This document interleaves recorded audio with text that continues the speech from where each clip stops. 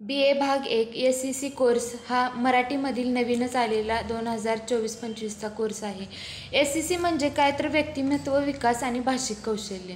व्यक्तिमत्व विकास, व्यक्तिमत्व आणि व्यक्तिमत्व यामध्ये दोन फरक आहेत. व्यक्तिमत्व म्हणजे काय तर आपण व्यक्तिमत्व म्हणजे काय तर आपले काय मत आपण कसे आहोत आणि आपली प्रतिकृती जगासमोर कशी आहे ह्यालाच व्यक्तिमत्व असे म्हणतात. तर व्यक्तिमत्व म्हणजे काय तर आपल्याला समोरची व्यक्ती कशी दिसते आणि त्याचे राहणीमान कसे आहे आणि ती समाजासमोर कशी वावरते याला व्यक्तिमत्व असे म्हणतात. उदाहरणार्थ लक्ष्मीकांत बेर्डे हा चांगला कलाकार जरी असला तरी तो आज तो जगात नसला तरी तो आपल्या हृदयामध्ये अजूनही जिवंत आहे. का आहे तर त्याचं व्यक्तिमत्व हे त्याच्या कलेतून, त्याच्या बोलण्यातून, त्याच्या हास्यविनोदातून आपल्याला स्पष्ट होते. त्यामुळे लक्ष्मीकांत बेर्डे हा आपल्यामध्ये अजूनही जिवंत असल्यासारखाच आहे. त्यामुळे व्यक्तिमत्व आणि व्यक्तिमत्व या दोन्हीलाही व्यक्तिमत्व विकासामध्ये अनन्यसाधारण महत्त्व प्राप्त झालेले आहे. त्यामुळे व्यक्तिमत्व संकल्पना ही आपण व्यक्तिमत्व विकास याच्यामध्ये आपण पाहणार आहोत. आजच्या स्पर्धेच्या युगात प्रभावी व्यक्तिमत्वाला फार मोठे महत्त्व आहे. व्यक्तिमत्व संकल्पनेच्या अभ्यासातून आपल्याला अनेक नेमके कोण आहोत, इतरांपेक्षा आपले वेगळेपण कशात आहे या प्रश्नांची उत्तरे मिळण्यास आपल्याला मदत होते. विविध मानसशास्त्रज्ञांनी व्यक्तिमत्वाच्या स्वरूपाविषयी विवेचन केलेले आहे. प्रस्तुत घटकामध्ये व्यक्तिमत्वाची संकल्पना, व्यक्तिमत्व विकासासाठी आवश्यक असणारे घटक, व्यक्तिमत्व विकासात भाषेचे महत्त्व याविषयी आपण माहिती घेणार आहोत. व्यक्तिमत्व संकल्पना. व्यक्तिमत्व ही व्यापक संकल्पना आहे. एखादी व्यक्ती पाहिल्यावर आपल्याला जो ठसा त्याचा आपल्या मनावर जो उमटतो त्याला व्यक्तिमत्व असे म्हणतो.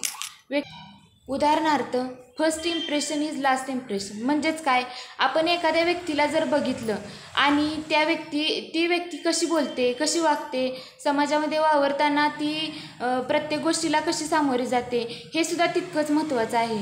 का तर त्यावरच आपले व्यक्तिमत्व हे डिपेंड आहे. हा ठसा व्यक्तीची शारीरिक ठेवण, चेहरा, बोलण्याची पद्धत इत्यादीपेक्षा वेगळी अशी उमटत असते. परंतु व्यक्तिमत्व या संज्ञेला ही अगदी मर्यादित अर्थ झाला आहे. यामध्ये व्यक्तीचा केवळ बाह्यरंगाचा समावेश होतो. जेव्हा व्यक्तीचे अंतरंग व बाह्यरंग या दोन्ही गुणांचा समन्वय होऊन तेव्हाच त्या व्यक्तीचे खरे व्यक्तिमत्व असे म्हणता येईल. मग तुम्हाला आता वाटेल की आंतरिक व्यक्तिमत्व म्हणजे काय आणि बाह्य व्यक्तिमत्व म्हणजे काय. तर हे वेगळं आहे. हो, तर हे वेगळंच आहे. कारण आंतरिक म्हणजे काय तर आपण एखाद्या कलेच्या पडद्यावर सादर केलेले भरत जाधवनी नाटक असो, अगर सिद्धार्थ जाधवनी जे सादर केलेलं नाटक असो, हे त्यांच्या अंगातील एक कला आहे आणि ती त्यांनी बाह्य स्वरूपात अशी सादर केलेली आहे. हे आपले त्यांचे आंतरिक गुण सादर केले आहेत. तसेच बाह्य व्यक्तिमत्व तर काय तर ते कलरने डाऊन असतील, अगर त्यांचं चेहरापट्टी वेगळी असेल, हे त्यांचे बाह्य व्यक्तिमत्व झाले. म्हणजेच याला आंतरिक व्यक्तिमत्व आणि बाह्यरील व्यक्तिमत्व याला महत्त्व देण्यापेक्षा त्यांच्या अंगी काय जडलेलं आहे आणि ते काय सादर करतात हे तितकंच महत्त्वाचं आहे. व्यक्तिमत्व विकास हा शब्द पर्सनॅलिटी डेव्हलपमेंट या इंग्रजी शब्दासाठी वापरला जातो. पर्सनॅलिटी हा शब्द लॅटिन भाषेतील पर्सोना या शब्दापासून तयार झालेला आहे. याचा अर्थ मुखवटा असा आहे. पूर्वीच्या काळी रोमन नाटकातील पात्रे आपली भूमिका ठसवताना त्या भूमिकेला अनुरूप मुखवटा धारण करीत. परिणामी ते वठवत असलेल्या पात्रांच्या वर्तनाचे स्वरूप स्पष्ट होईल व त्यामुळे प्रेक्षकांना दृश्य, स्वरूप व वर्तन यांची सांगड घालता येते. तर आता आपण व्यक्तिमत्वाची व्याख्या ही नेमकी काय आहे आणि कशी आहे ते पाहणार आहोत. अचूक शब्दात व्याख्या करणे हे अवघडच आहे. कारण व्यक्तिमत्व हे सतत बदलणारे आहे. जीवनातील विविध अनुभवांची त्यात भर पडते. आपल्याला येणारे अनुभव ते आंतरिक असोत वा बाह्य असोत यांचा परिणाम ह्या व्यक्तिमत्व विकासावर होतो. प्रत्येकाचे व्यक्तिमत्व हे वेगळे असते. ते विविध आडव्या उभ्या धाग्यांनी विणलेले असते. व्यक्तीची वागणूक व त्याची विचारशक्ती यामुळे व्यक्तीच्या व्यक्तिमत्वाची आपणास ओळख होत असते. व्यक्तिमत्व हे प्रत्येक व्यक्तीला वैशिष्ट्यपूर्ण बनवते. व्यक्तिमत्वाच्या काही व्याख्या पुढीलप्रमाणे. आता आपण व्यक्तिमत्व विकासाची व्याख्या बघताना नॉर्मन एल्मन हे असे म्हणतात की व्यक्तिमत्व म्हणजे शरीररचना, वर्तन विशेष, अभिरुची, कृती क्षमता या सर्वांची एकात्म व वैशिष्ट्यपूर्ण गुंफण होय. तर व्यक्तिमत्व म्हणजे काय तर स्वतःचे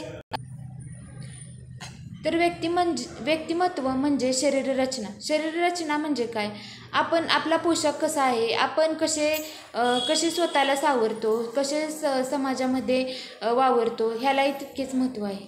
वर्तन विशेष म्हणजे काय, आपले वागणे कसे आहे, बोलणे कसे आहे, आपण कौटुंबामध्ये किंवा कौटुंबिक समाजामध्ये राहताना कसे राहतो ह्यालाही तितकेच महत्त्व आहे. अभिरुची म्हणजे तर आपण आपली काय आवड आहे, आपल्याला काय आवडते, आपल्याला चांगल्या वाईट गोष्टी कितपत आवडतात, आपल्याला त्यातली चांगली वाईट गोष्ट कितपत समजते ह्यालाच अभिरुची असे म्हणतात. कृती क्षमता म्हणजे चांगली जर गोष्ट आपण आत्मसात केली आणि ती कितपत आपण आपल्या आचरणात आणतो ह्यालाच कृती क्षमता थोडक्यात असे म्हणतात. या सर्वांचा एकच व्यक्ती असा म्हणजेच एकात्म व वैशिष्ट्यपूर्ण गुंफण म्हणजेच व्यक्तिमत्व विकास होय. म्हणजेच नॉर्मन एल्मन यांना काय म्हणायचे आहे तर एका व्यक्तीमध्ये हे सर्व गुण संपन्न असणारी व्यक्ती ही पर्सनॅलिटी डेव्हलपमेंटच्या अनुषंगाने ही व्यक्ती ही एक व्यक्तिमत्व स्वरूपाची व्यक्ती आहे. तसेच G.W. अल्पार्ट यांनीही व्यक्तिमत्व विकासाची व्याख्या आपल्यासमोर मांडली आहे. व्यक्तिमत्व म्हणजे स्वतःच्या परिसराशी व्यक्तीचे जे वैशिष्ट्यपूर्ण समायोजन होत असते त्याला कारणीभूत असणारी, वर्तनाला चालना देणारी व शारीरिक व मानसिक यंत्रणांची गतिशील संघटना होय. तर या व्याख्येमध्ये परिसराशी निगडीत असं उदाहरण दिलेलं आहे. परिसराशी निगडीत म्हणजेच काय तर आपण एक उदाहरण घेऊया. तर शहरी भागातील लोक हे सुशिक्षित असतात, ते सुशिक्षित बोलतात आणि सुशिक्षित राहतात. तसेच ग्रामीण भागात ही वेगळे चित्र दिसून येते. ग्रामीण भागातील भाषा ही खेडवळ असते, त्यातील शब्दातील त्यांची स्पष्टता जी असते ती अस्पष्ट प्रकारचीच असते. त्यामुळे ह्या दोन्ही गोष्टीमध्ये फारच तफावत राहते. त्या कारणामुळेच आपण परिसरालाही तितकेच महत्त्व दिले आहे. त्यामुळे व्यक्तिमत्व विकासात परिसराशी व्यक्ती हा निगडीतच यांनी सांगितलेलं आहे. त्याला कारणीभूत असणारी वर्तन म्हणजे काय, वर्तनाला चालना देणारी. त्यामुळेच आपण काय करतो तर शहरी भागात जे वातावरण आहे त्याशीच आपण संलग्न राहतो, त्यामुळे ते वर्तनात रुजू होणारी ती गोष्ट आहे. तसेच ग्रामीण भागात आपण खेडवळ भागात जरी म्हटलं तरी ती खेडवळ भाग हे त्या खेडवळ तसेच संस्कार त्या खेडवळ लोकांच्यावर तसेच रुजू होतात. तसेच आपण बघायला गेलं तर ग्रामीण भागातला एखादा व्यक्ती जर शहरी भागात गेला असेल तर शहरी भागातलं वातावरण हे वेगळं असतं, तिथल्या बोलीभाषा ही तिथली सुशिक्षित असते. तसेच ग्रामीण भागाला हे ऐकणं आणि बोलणं ह्या दोन्ही गोष्टी अवघड पडतात. त्यामुळे ही गोष्ट सुशिक्षित गोष्ट त्यालाही लवकर अवगत होत नाही. तसंच शहरी लोकांचं सुद्धा तसंच आहे. ते जर ग्रामीण भागात आले तर खेड्यापाड्यातील काही शब्द, काही वागणुकीच्या पद्धती त्यांना पटत नाहीत किंवा त्यांना लवकर अवगत होत नाहीत. ते हसून पुढं सोडून देतात आणि मग पुढे चालतात. त्यामुळे त्यांना खूपच कठीण जाते. तसेच या व्याख्यावरूनच असे दिसून येते की व्यक्तिमत्व म्हणजे व्यक्तीच्या आंतरिक व बाह्य, मानसिक व शारीरिक गुणांचा समुच्चय होय. म्हणजेच व्यक्तीच्या दृश्य प्रतिमा, शारीरिक ठेवण, शरीर सौष्ठवाशी, जाणीवपूर्वक घेतलेले परिश्रम, निरोगी शरीर, पोशाख, रचना व स्वप्रतिमा, वर्तन, बौद्धिक क्षमता, मानसिक अवस्था, प्रतिसाद, गुणदोष या सर्वांची गोळाबेरीज म्हणजेच व्यक्तिमत्व होय. तर आपण व्यक्तिमत्व विकासामध्ये व्यक्तिमत्व संकल्पना, व्यक्तिमत्वाच्या व्याख्या आपण इथे स्पष्टपणे पाहिल्या आहेत. तर आता नवीन 2024-25 तर आपण नवीन 2024-25 या अभ्यासक्रमानुसार BA भाग 1 SSC कोर्स मराठी म्हणजेच व्यक्तिमत्व विकास आणि भाषिक कौशल्य हा 50 मार्कांचा पेपर आपल्याला NEP अभ्यासक्रमानुसार द्यावा लागणार आहे. याच्या नोट्स आपल्या व्हिडिओद्वारे सादर केल्या जातील. आता आपण पुढच्या व्हिडिओमध्ये व्यक्तिमत्व विकासाच्या आवश्यक घटक आणि व्यक्तिमत्व विकासात भाषेचे महत्त्व काय आहे हे आपण पुढील व्हिडिओमध्ये पाहणार आहोत.